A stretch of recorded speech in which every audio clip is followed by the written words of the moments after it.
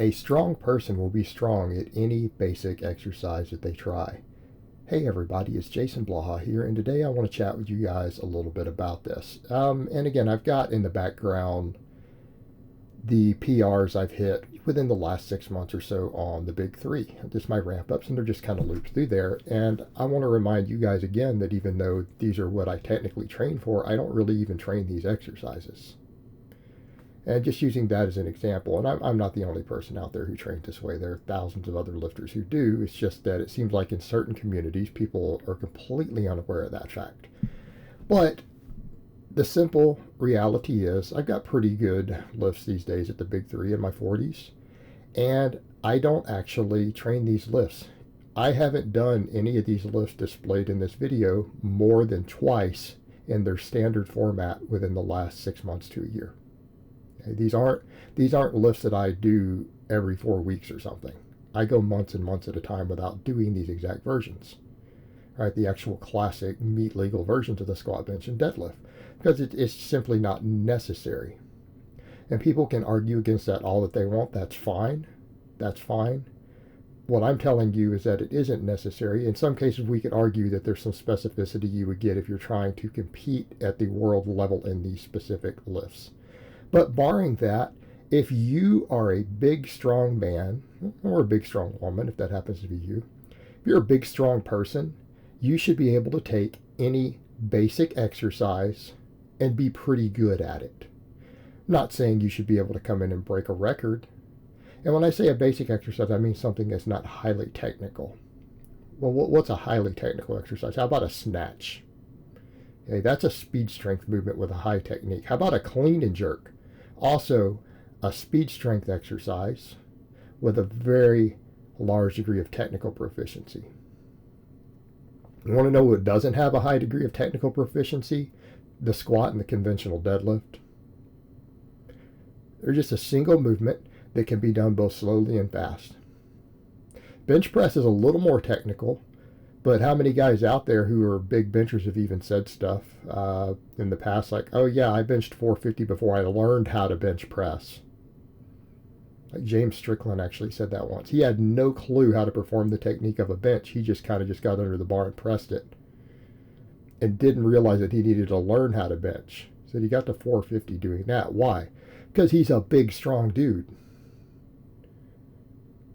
He benched 450 without knowing how to bench correctly at all. Hadn't put any thought into it. Now, him learning how to do it and continuing to get bigger and stronger, because he didn't just technique his way up. Yeah, he got well past 500.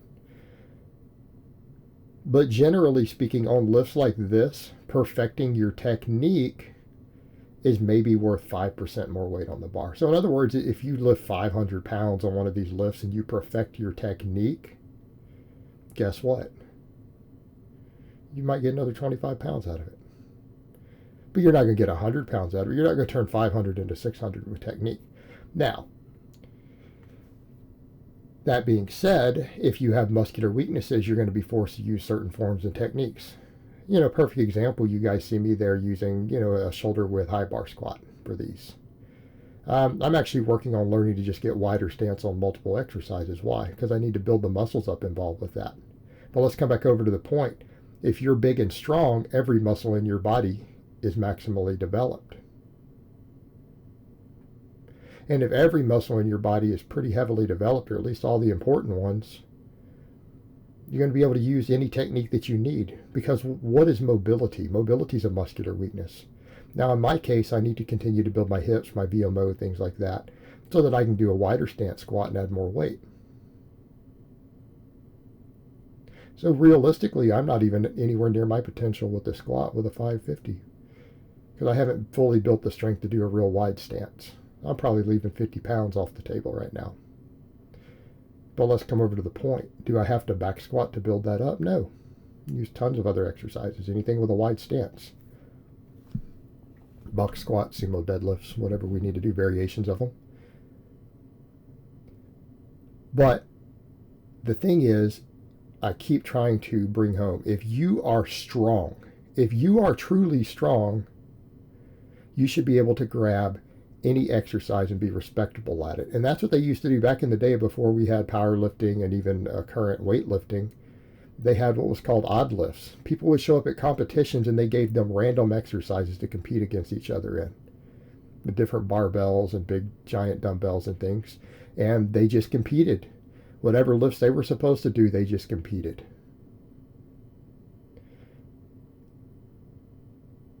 And realistically, that's a display of strength. It's a display of strength. And so here's what I would say to you. You should be maxing out on different lifts to see where your strength is. Because it's not just the case of, if I get strong, I'll be able to do all these different lifts. Like when you do different lifts and you see where you're weak, you know what areas of your body you need to strengthen. In other words, you might be good, really good at 5 different lifts. You might be really strong at them. But if I throw 3 different new lifts at you that you've never done, any sort of basic lifts, I don't care what it is, an incline bench, a decline bench. I mean, obviously we don't do stuff that'll hurt us. You don't want to max on dumbbells and stuff. That will hurt you. A football bar bench against chains, a back squat with different bars. How about box squatting with different bars, bands, chains, whatever. Different styles of deadlift. If you're really strong at conventional and you can't sumo deadlift, that represents a muscular weakness. Okay? What do we mean? If you can conventional deadlift 500 pounds right now, and I put 385 on the bar and you struggle to sumo deadlift that, that's a problem. That represents a muscular weakness. You are not as all around strong as you think you are.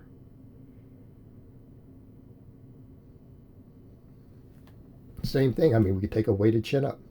If you're a big, strong guy with big, strong back and strong arms, and you've never done chin ups in your life, you should still be able to chin a respectable amount of weight hanging around your waist if you were forced to do it for a max. Hey, if you're strong at pressing, we could hand you a barbell and tell you to strict press it overhead. Or we could give you a different barbell. How about a log press? How about a football bar? Have you press it over your head. If you can't, use a respectable weight on it. Even if you don't even train overhead pressing. You can't do a respectable weight on it, that represents muscular weakness. So while I make the point that if you're all around strong, you should be able to grab random lifts and be strong at them without even knowing how to perform them. I mean, we've seen plenty of examples of that. See people who don't perform some of these classic lifts, just do them and end up just lifting some really astronomical weights. Why? Because they're really strong guys. And especially the power lifts, the big 3 represent brute strength. These are not high technical lifts. In other words, you can potato your way through them. If you're strong top to bottom without any major muscle weaknesses, you can take any of these classic lifts and lift a pretty damn big weight without really having the best of form and knowing how to perform it. You can potato your way through it. Not saying you should, but you could if you had to. But the other point would be you need to be training a variety of different lifts to find your weaknesses. Because if we want to be truly big and strong, particularly strong, we need to be big in all the right places. And if you don't know where weaknesses are because you don't go heavy on a variety of different movement patterns, you may not know where you're weakest.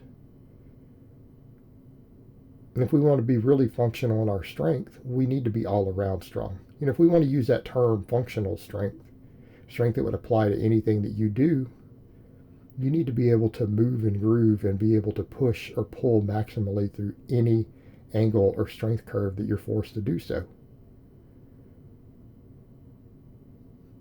We need to think of all of ourselves as strength athletes, not just specific to a single sport. Well, I'm good at 3 lifts.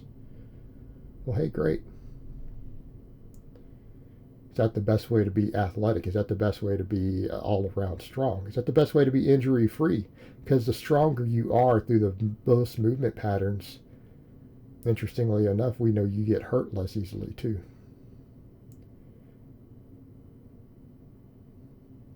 It would behoove you to think in these terms.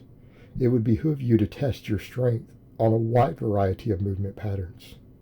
so that you can find where you are weak and figure out what it is that you need to work on.